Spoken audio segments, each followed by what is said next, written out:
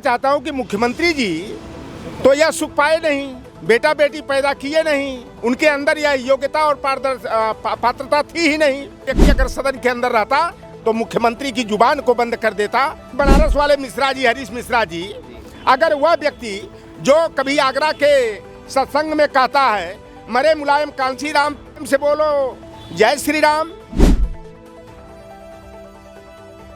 नमस्कार, आप देख रहे हैं मेरा भारत 24x7। इस समय हम समाजवादी पार्टी के प्रदेश कार्यालय पर उपस्थित हैं और मेरे साथ समाजवादी पार्टी के पूर्व पिछड़ा प्रकोष्ठ के प्रदेश अध्यक्ष लौटन राम निषाद जी हैं। आइए हम बात करते हैं। अभी बहुत बहुत स्वागत है नेताजी। धन्यवाद आपके चैनल को। आज विधानसभा की कार्यवाही चल रही है और माननीय मुख्यमंत्री साहब ने कहा कि जो अन्य लोग हैं जो विरोध के जो विपक्ष में बैठे हैं अपने बच्चों को इंग्लिश मीडियम स्कूल में पढ़ाते हैं और हम परिषदीय विद्यालयों का विकास करना चाहते हैं, उसमें इंग्लिश को जोड़ना चाहते हैं, तो ये उर्दू पढ़ाना चाहते हैं। क्या अपने बच्चों को मौलवी और कटमुल्ला बनाएंगे? देखिए, पहली बात तो ये है कि अगर देश के प्रधानमंत्री, उत्तर प्रदेश के मुख्यमंत्री आदरणीय योगी आदित्यनाथ जी अगर इस तरह की बात करते हैं कि समाजवादी पार्टी वाले जो है कि अपने बच्चों को जो है कि मांटेसरी स्कूल में पढ़ाते हैं, मिशनरी स्कूल अंग्रेजी मीडियम के स्कूल में पढ़ाते हैं जी,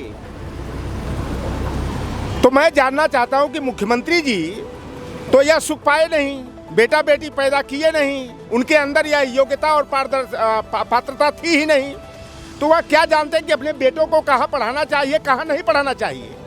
लेकिन जो सदन के अंदर विधानसभा में, विधान परिषद में उनके विधायक और एमएलसी हैं, उनके मंत्रिमंडल के सम्मानित सदस्य हैं, जरा उनसे पता कर लीजिए कि कितने लोगों के बेटे और बेटियां संस्कृत पाठशाला में पढ़ते हैं, कितने लोगों के बेटे बेटियां हिंदी मीडियम के स्कूल में पढ़ते हैं, परिषदीय स्कूल में पढ़ते हैं, गांव गिराव के प्राइमरी स्कूल में पढ़ते हैं। ये जो लोग आरोप लगाते हैं कि ये समाजवादी पार्टी वाले मिशनरी की स्कूल में पढ़ते हैं, कॉन्वेंट स्कूल में पढ़ते हैं, जितने भारतीय जनता पार्टी आरएसएस वाले हैं उनके लड़के LKG UKG से ही शुरू करके कॉन्वेंट स्कूल हैं, ईसाई मिशनरी के स्कूल हैं, अंग्रेजी मीडियम के स्कूल है, उसमें इनके लड़के पढ़ते हैं। आज जो भारतीय जनता पार्टी के तमाम बेटे और बेटियां विदेश में पढ़ रहे हैं तो क्या वह अवधी भाषा में पढ़ रहे हैं, बुंदेली और भोजपुरी भाषा में पढ़ रहे हैं, हिंदी भाषा में वो पढ़ रहे हैं। तो ये योगी आदित्यनाथ कुल मिलाकर के जिस तरह से आज जो शब्दों का इस्तेमाल उन्होंने किया है, कटमुल्ला का, मौलवी का, उर्दू शब्द का करके, और यह उन्होंने हर मुद्दे को हिंदू मुसलमान भारत पाकिस्तान करके नफरत की राजनीति को पैदा करने का प्रयास करते हैं। आज अगर मेरे जैसा व्यक्ति अगर सदन के अंदर रहता तो मुख्यमंत्री की जुबान को बंद कर देता कि इस तरह का हरकत, अरे आप बेटा पैदा नहीं किए तब क्या जानोगे कि कहाँ पढ़ाना चाहिए। मैं भी तो कहता हूँ कि 1 नेशन 1 इलेक्शन की बेईमानों बात करते हो, 1 नेशन 1 एजुकेशन 1 सिलेबस की बात क्यों नहीं करते हो। जो कॉन्वेंट स्कूल में पढ़ाई होती है, जो मिशनरी स्कूल में पढ़ाई होती है, वही स्कूल हमारे गांव के बेसिक प्राइमरी पाठशाला में भी और परिषदीय विद्यालय में भी होना चाहिए। तो 1 नेशन 1 एजुकेशन 1 सिलेबस की बात नहीं करेंगे, जिससे समाज की तरक्की हो सकती है, जिससे हमारे देश की तरक्की हो सकती है। तो मैं मुख्यमंत्री जी जो उन्होंने कहा कि ये भारतीय समाजवादी पार्टी वाले जो है बुंदेली भाषा के विरोधी हैं, अवधी भाषा के विरोधी हैं, भोजपुरी भाषा के विरोधी हैं, तो मुख्यमंत्री जी कितना सम्मान करते हैं अवधी भाषा का, कितना भोजपुरिया भाषा का सम्मान करते हैं। भोजपुरी में का 4 लाइन बोल भी सकते हैं मुख्यमंत्री जी। तो ये मुख्यमंत्री जी जो है हताशा की से ग्रसित हैं और उन्होंने मिल्कीपुर का जिस तरह से चुनाव जीता है, अपराध बोध हो रहा है। ये भारतीय जनता पार्टी वाले जो 60,000 से जीत गए, 62,000 से जीत गए, पूरा देश जानता है कि भारतीय जनता पार्टी किस तरह से प्रशासनिक गुंडाई करा करके BLO से लेकर के पीठासीन अधिकारी, चाहे SDM हो, एक नीचे से ऊपर तक 2 जाति के अधिकारी, ब्रिजेश पाठक के बिरादरी के लोगों का और योगी आदित्यनाथ अपने बिरादरी के अधिकारियों कर्मचारियों की ड्यूटी वहाँ लगा करके जिस तरह गुंडई की बदौलत वहाँ बूथों पर कब्जा करके चुनाव जीते हैं। अगर आईने के सामने खड़ा होकर अपनी तस्वीर देखेंगे तो ये अपने पर खुद शर्मसार होंगे, लज्जा इन्हें महसूस होगा। 2027 का विधानसभा चुनाव होगा और इसका जवाब दिया जाएगा। और ये जिस तरह से एक संत जो अपने को महंत बताता है हनुमानगढ़ी का, और वहाँ के ज्ञानदास जी हैं महंत, उन्होंने खुद कह दिया कि ये महंत नहीं सेवादार है।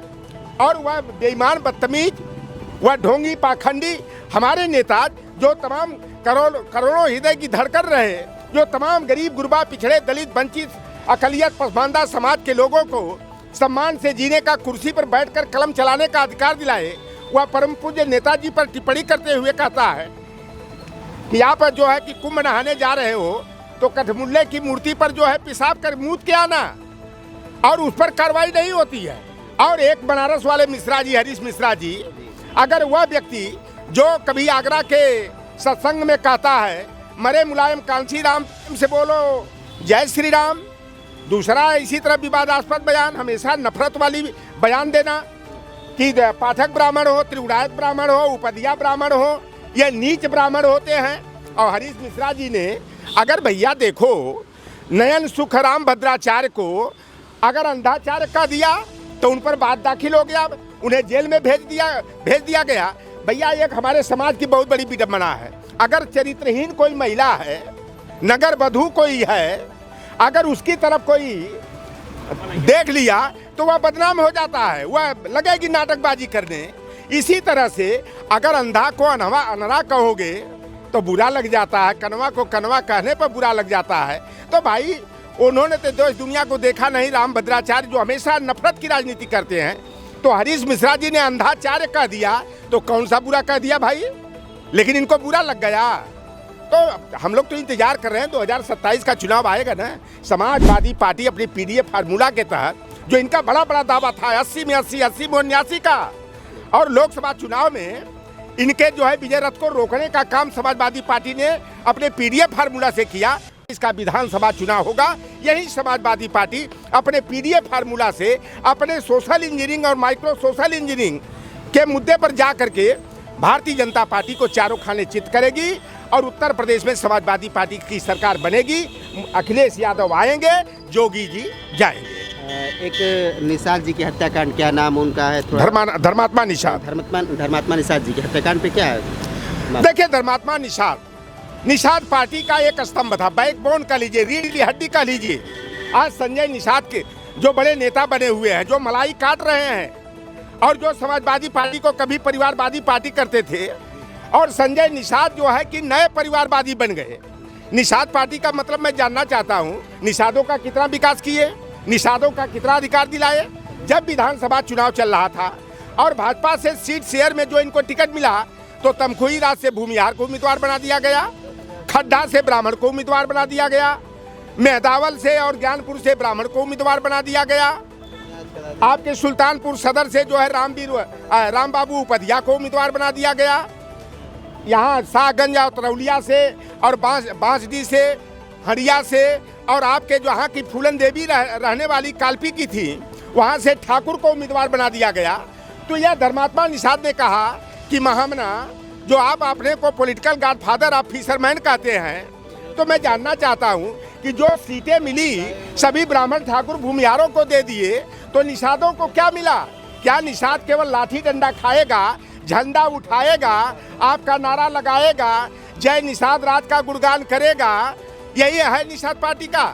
तभी से संजय निषाद खार खाए थे। और संजय निषाद, इनका बेटा पूर्व सांसद प्रवीण निषाद और चौरी चौरा का इनका बेटा जो विधायक है इंजीनियर श्रवण कुमार निषाद, इतना टार्चर करते थे। इस लड़के को थप्पड़ से भी मारे थे, इस लड़के को बलात्कार के केस में 307 के मुकदमे में फंसाने की धमकी दे रहे थे। कई बार इन्होंने फर्जी मुकदमा कायम करा करके उस लड़के को जेल में डाले। वह लड़का बड़ा होनहार लड़का था।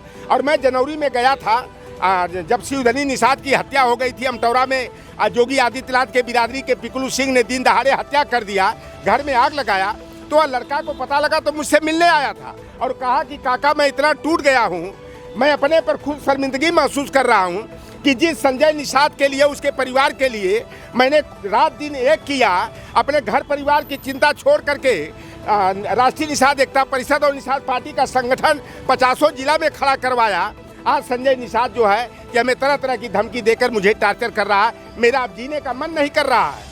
मैं सोचता हूँ कि आत्महत्या कर लूँ। मैंने कहा बेटा यह कायरता का काम होता है, आत्महत्या अपने का सवाल कभी अपने मन में मत लाना।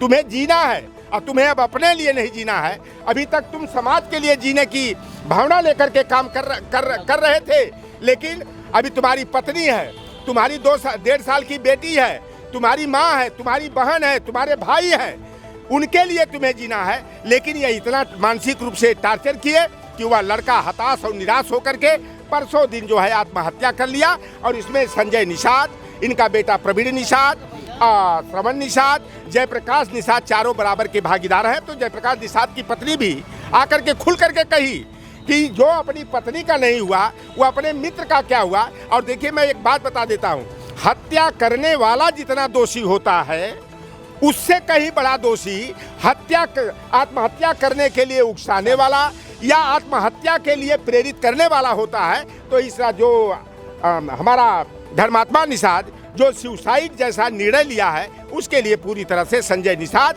एंड फैमिली जो है कि दोषी है। इन पर भी हत्या के लिए उकसाने का, हत्या के लिए प्रेरित करने का या ऐसी स्थिति पैदा करने का जो काम किया है, इन पर भी जो है कि बीएनएस की कठोर से कठोर धाराओं में जो है मुकदमा पंजीकृत होना चाहिए। और उत्तर प्रदेश की सरकार से धर्मात्मा निषाद के परिवार के लिए मेरी मांग है कि उस परिवार को जो है प्रधानमंत्री आवास योजना का लाभ मिलना चाहिए। उस परिवार को कम से कम जो है 1 करोड़ का मुआवजा और उसके भाई को जो है सरकारी नौकरी मिलनी चाहिए। नहीं तो अब निषाद समाज जो भारतीय जनता पार्टी का खेवनहार बना था, या निषाद राज और राम की मित्रता के सवाल पर भाजपा के साथ खड़ा था, वह निषाद समाज अब भारतीय जनता पार्टी की 2007 में नैया डुबाने के लिए जो है जो कुछ महाराजगंज जिला है वहीं से बिगुल फोकेगा और पूरे प्रदेश में भारतीय जनता पार्टी के नाव के डाड़ा को कबाड़। काउंटिंग क्या किया जाए नेताजी, पिछले महीनों से कहिए ऐसी घटनाएं हो रही तमाम बेटियों के साथ। अभी ताज़ा अयोध्या में हुआ था वो भी आप जानते हैं।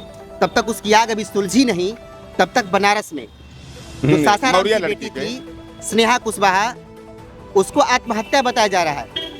लेकिन वो उसकी जो डेड बॉडी दिखाई जहाँ दी है वो रूम में खिड़की में गले का फंदा बंधा हुआ था, एक पैर जमीन पर था, एक पैर बिस्तर पे था। जब जमीन से टच है तो क्या उसको किस तरह से आप देख रहे हैं? देखिए, जो भारतीय जनता पार्टी बड़े बड़े दावे करती है, बेटी बचाओ, बेटी पढ़ाओ, लेकिन भारतीय जनता पार्टी के कार्यकाल में जब से योगी आदित्यनाथ की सरकार बनी है, बेटियां असुरक्षित है। जो ये कहते थे कि 12 बजे महिलाएं जो है गहने से लद करके निकलेंगी, कोई जो है इनकी तरफ निगाह नहीं उठा के देखेगा। तो जब भारतीय जनता पार्टी वाले खुद बलात्कार कर रहे हैं, बहन बेटियों को का अपहरण कर रहे हैं, सामूहिक बलात्कार का शिकार बना रहे हैं, तो अब तो भारतीय जनता पार्टी वालों से बेटियों को बचाने की जरूरत है। यह जो स्नेहा कुशवाहा के साथ जो हादसा हुआ है, उस लड़की के साथ जो है गलत हरकत करने के बाद उसकी हत्या की गई है। और यह उत्तर प्रदेश का पुलिस प्रशासन जो है हत्या को आत्महत्या में बदलने का प्रयास कर रही है। बनारस की यह दूसरी घटना है। एक नितेश मौर्य की भी हत्या जो है भारतीय जनता पार्टी वालों ने किया। आप बताओ कि कोई व्यक्ति अगर आत्महत्या करेगा तो पहले अपना पैर काटेगा, हाथ काटेगा, गला काटेगा, इसके बाद जो है कि मुंह पर आग लगा के जल के मरेगा। ऐसा कभी कोई सुना है कि इस तरह का करके तो कोई व्यक्ति आत्महत्या करेगा? लेकिन भारतीय जनता पार्टी की सरकार में हत्या को आत्महत्या में बदलने का और भारतीय जनता पार्टी के हत्यारों और बलात्कारियों को बचाने का प्रयास किया जा रहा है। हरीश मिश्रा जी का क्या गुनाह था? उन्होंने स्नेहा कुशवाहा के न्याय की बात किया और उन्होंने कहा कि इस बेटी के साथ बलात्कार के बाद हत्या की गई है, निर्दयता से हत्या की गई है। तो उस पर पर्दा डालने के लिए हरीश मिश्रा जी को जेल में भेज दिया गया, उनकी जमानत खारिज कर दी गई। लेकिन वहाँ की जनता जो सड़कों पर उतर गई तो इनकी पुलिस को जो है घुटने टेकना पड़ा। तो भारतीय जनता पार्टी की सरकार में आप देख लीजिए कि प्रिया कुशवाहा के साथ क्या हुआ। खागा के एक सरस्वती विद्या मंदिर इंटर कॉलेज में योगी आदित्यनाथ का बिरादरी का जहां प्राचार्य था और उसका भांजा ने लड़की के साथ बार बार बदतमीजी किया और उस दिन भी, घटना के दिन भी उसके साथ बलात्कार करने का प्रयास किया और उस लड़की को छत से नीचे फेंक करके मौत के घाट उतार दिया। केशव प्रसाद मौर्य कहाँ चले गए? कृतार्थ कुशवाहा ठाकुर बिरादरी के विद्यालय में हाथरस में पढ़ता था, हॉस्टल में रहता था। उसकी विद्यालय की तरक्की के लिए ठाकुर बिरादरी का विद्यालय का प्रबंधक उसकी हत्या कर दिया, उस परिवार को न्याय नहीं मिला। केशव प्रसाद मौर्य केवल जब अखिलेश यादव के खिलाफ बोलना हो तो इनकी जुबान बड़ी तड़ातड़ धड़ाधड़ चलती है, और जब इनके समाज पर अत्याचार होता है, पिछड़ों की हकमारी होती है, ओबीसी एससी के लोगों के साथ अत्याचार अनाचार दुराचार होता है, तब जुबान पर ताला लग जाता है। तो ये भारतीय जनता पार्टी पूरी तरह से बाबा साहेब भीमराव अंबेडकर के संविधान से परे जाकर के गुरु गोलवलकर की bunch of thoughts we or our nationhood defined और मनुस्मृति में जो वर्ण व्यवस्था जाति व्यवस्था है, उस व्यवस्था के अनुसार जो है उत्तर प्रदेश में काम हो रहा है। जब कोई किसी के साथ अत्याचार हो रहा है, थाने में जाओ न्याय मांगने, वहाँ जोगी के बिरादरी का बैठा है, वहाँ ब्रिजेश पाठक की बिरादरी का बैठा है, नीचे से ऊपर तक 2 जातियों का वर्चस्व है। और जब कोई हमारा लोहार कुहार सुनार तेली तमोली काछी कुर्मी मलाह केवट लोधी किसान पासी दरकार बसफोर्ड जाता है न्याय मांगने के लिए, तो उल्टे उनके ऊपर केस कर दिया जा रहा है, उन्हीं को प्रताड़ित किया जा रहा है। जिसके घर की हत्या हुई उसी को जो है कि हत्या का आरोपी परिवार का या दयाद भाई को बना दिया जा रहा है। तो ये भारतीय जनता पार्टी के शासनकाल में अगर हम न्याय की अपेक्षा करते हैं, जो अब तक का इनका चाल और चरित्र दिखाई दिया है, तो इस सरकार में न्याय मिलना मुश्किल है। जनता को खुद जो है अपने न्याय के लिए क्रांति का आगाज करना पड़ेगा। अब समाजवादी पार्टी जो है पूरी तरह से जो है अपने पीडीए के मान सम्मान और अधिकार के लिए जो है लाठी डंडा से बेपरवाह होकर के सड़कों पर उतरकर भविष्य में जो है कि आंदोलन करेगी।